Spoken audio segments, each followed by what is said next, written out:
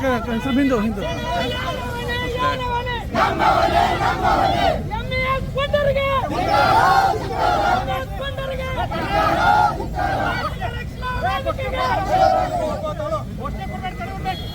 ಏನು ನಾಡದ್ರೋಹಿ ಸಂಘಟನೆ MES ಮತ್ತೆ ತಮ್ಮ ಪುಂಡಾಟಿಕೆಯನ್ನ ಶುರು ಮಾಡಿದೆ.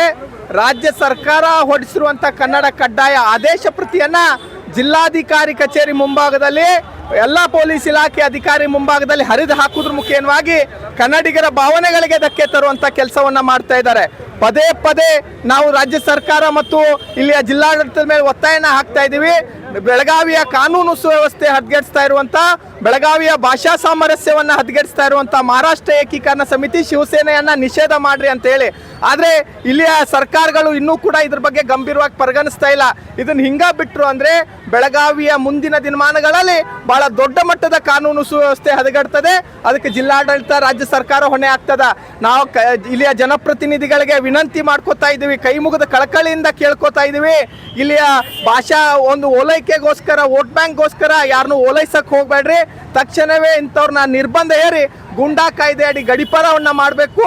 ಮತ್ತೆ ಏನು ಇವತ್ತು ಕನ್ನಡ ಕಡ್ಡಾಯ ಆದೇಶ ಪತ್ರವನ್ನು ಹರಿದಾಕಿರುವಂತಹ ನಾಡದ್ರೋಹಿಗಳನ್ನು ಏನಾದರೂ ಬಂಧನ ಮಾಡಿದ್ದೇ ಹೋದಲ್ಲಿ ಕರ್ನಾಟಕ ರಕ್ಷಣಾ ವೇದಿಕೆ ಕಾರ್ಯಕರ್ತರು ಅವ್ರಿಗೆ ತಕ್ಕ ಪಾಠವನ್ನು ಕಲಿಸ್ತೀವಿ. ಇವತ್ತು ನಾವು ಕನ್ನಡಿಗರು ಸ್ವಾಭಿಮಾನಿ ರ್ಯಾಲಿಯನ್ನು ಮಾಡೋದ್ರ ಮುಖೇನವಾಗಿ ಮಾನ್ಯ ಗೃಹ ಸಚಿವರಿಗೆ ಒತ್ತಾಯನ ಮಾಡ್ಕೊಂಡಿದ್ದೀವಿ. ನಾವು ಯಾರೂ ಕೂಡ ಇಲ್ಲಿ ಬೆಳಗಾವಿ ಒಳಗಡೆ ಗಲಾಟೆ ಮಾಡಬೇಕಂತಲ್ಲ. ಕರ್ನಾಟಕ ರಕ್ಷಣಾ ವೇದಿಕೆ ಕಾರ್ಯಕರ್ತರು ಯಾವ ಭಾಷಿಕರ ವಿರೋಧಿಗಳು ಅಲ್ಲ. ಇಲ್ಲಿ ಕನ್ನಡಿಗ ಕರ್ನಾಟಕವನ್ನು ಯಾರು ವಿರೋಧಿಸ್ತಾರೋ ಅಂಥವ್ರಿಗೆ ವಿರೋಧಿಗಳು.